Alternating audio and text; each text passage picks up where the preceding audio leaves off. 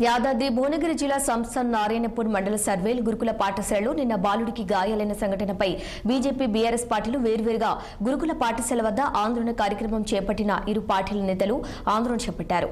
నాయకులు మాట్లాడుతూ ప్రిన్సిపల్ ని తక్షణమే సస్పెండ్ చేయాలని, గాయమైన విద్యార్థికి మెరుగైన వైద్యం అందించాలని, గురుకుల విద్యార్థుల పట్ల రాష్ట్ర ప్రభుత్వం మొండి వైఖరి వహిస్తోందంటూ మండిపడ్డారు. విద్యార్థులతో చెలగాటమాడుతున్న రాష్ట్ర ప్రభుత్వం మొండి వైఖరి నశించాలని డిమాండ్ చేస్తూ పాఠశాల ఆవరణ ముందు నిరసన కార్యక్రమం చేపట్టారు. ఈ కార్యక్రమంలో అటు బీజేపీ ఇటు బీఆర్ఎస్ తో భారీ ఎత్తున నిరసనలో పాల్గొన్నారు. నిన్న సర్వేల్ గురుకులంలో జరిగినటువంటి సంఘటనకు సంబంధించి ఏదైతే విద్యార్థులతోటి వంట పని చేస్తున్నారో ఆ వంట చేసే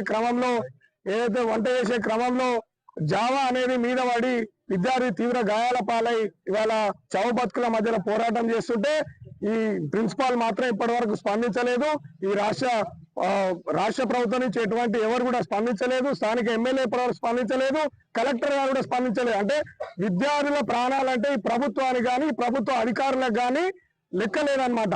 దానికోసం ఇవాళ భారతీయ జనతా పార్టీ తరఫున మేము ఈ కాలేజ్ స్కూల్ దగ్గరకు వచ్చి సందర్శించడానికి వెళ్తుంటే మమ్మల్ని పోలీసు సిబ్బందిని పెట్టి మమ్మల్ని అడ్డుకోవడం జరిగింది.